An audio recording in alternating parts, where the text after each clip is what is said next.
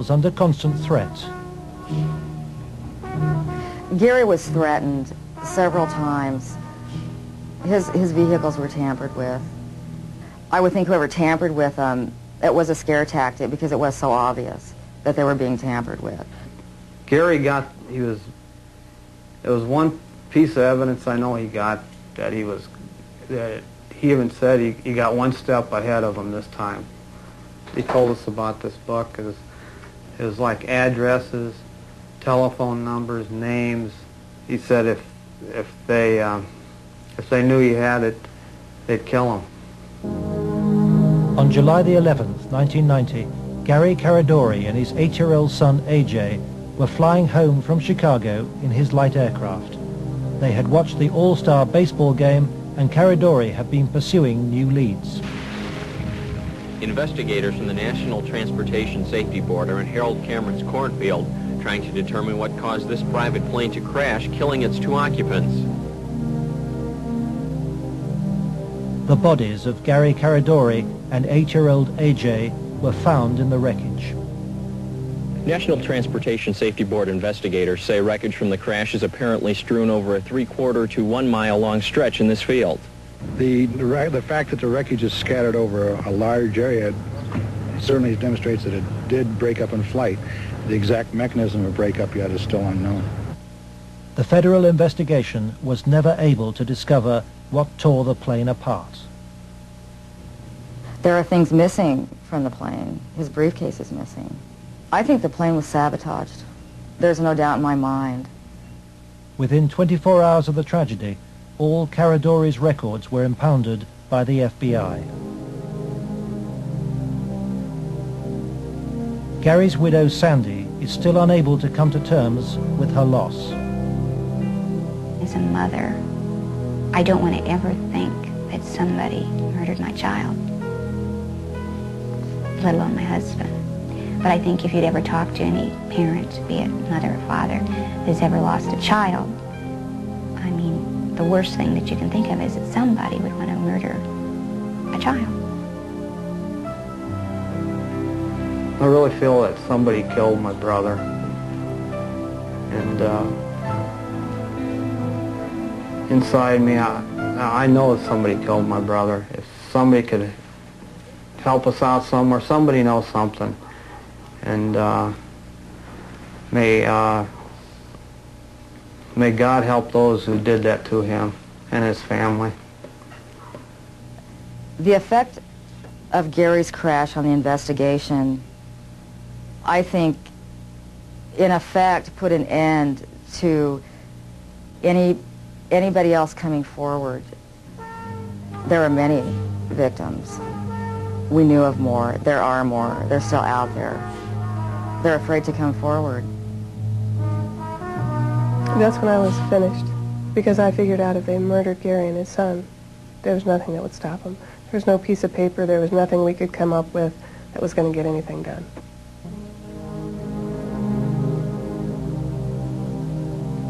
But Gary Caradori's death pricked Troy Bonner's conscience. He promised Sandy that he would tell Senator Schmidt's committee about the FBI's pressure which led him to lie. I set the record straight. I was, going to do it. And would, the truth would come out, and somebody would be held accountable for his death. And then at the funeral I had seen, FBI guys, and they looked at me. I was supposed to meet Senator Labetz and Schmidt for lunch after the funeral. And, that's when I decided, I told my mom, we're not going to do the lunch. We're going to hightail it out of Lincoln now. Troy Bonner claims that pressure from the FBI and with the assistance of the county attorney's office in Omaha led him to swear a new statement claiming that he and Alicia Owen had concocted the entire child abuse story. He told this story to the grand jury formed to bring any charges. On July the 23rd, 1990, the grand jury issued a bizarre and contradictory report. It indicted Larry King for fraud and embezzlement and ruled that he had paid young men for sex, but dismissed allegations about his sex ring. It indicted Alan Baer for the serious offense of pandering for sex, but rejected evidence linking him to King or to Citron, whom it noted had been convicted of separate child molestation charges. It accepted that Troy, Alicia, and Paul Bonassi had been abused, but not by the people they identified, and for refusing to withdraw her evidence, it charged Alicia Owen with perjury.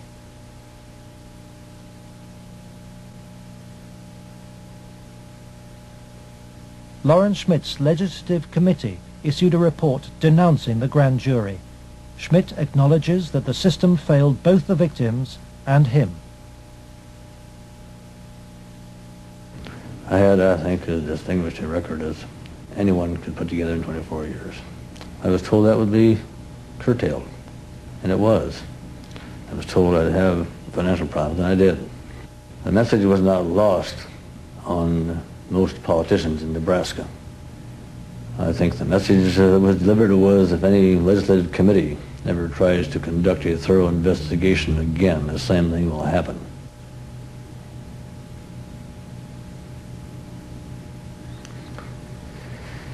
It has shaken my faith in the institutions of government. I used to be a firm believer that the system would work, and that people who did things wrong would be punished. And we discovered victims who claimed to have been abused and who the grand jury acknowledged had been abused. But they did not try to find out who had abused those individuals. Instead, they convicted Alicia Owen of perjury. Indefensible from my point of view.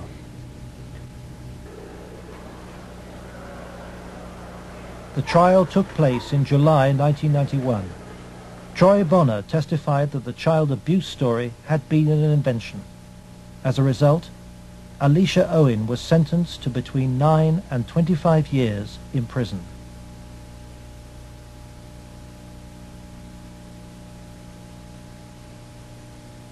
I can't find a case in the history of this country where some kid got sentenced to 25 or 30 years in prison for something like this.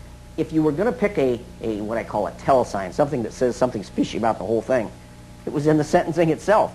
For some reason, they had to send a signal to every kid who was a potential witness. My opinion again. A signal so loud and clear, if you dare to come forward, if you dare to talk, watch what happens.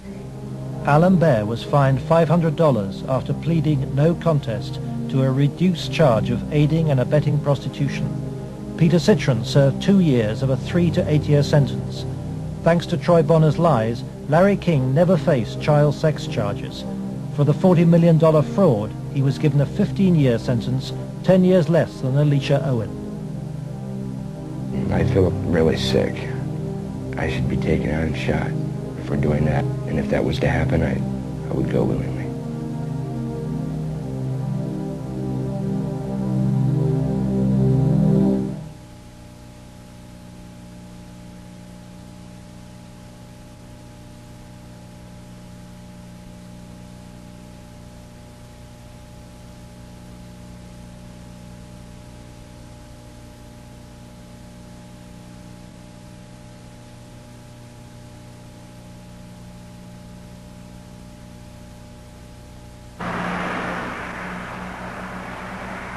John DeCamp, former state senator and Vietnam veteran, is now the only man fighting to help Larry King's victims.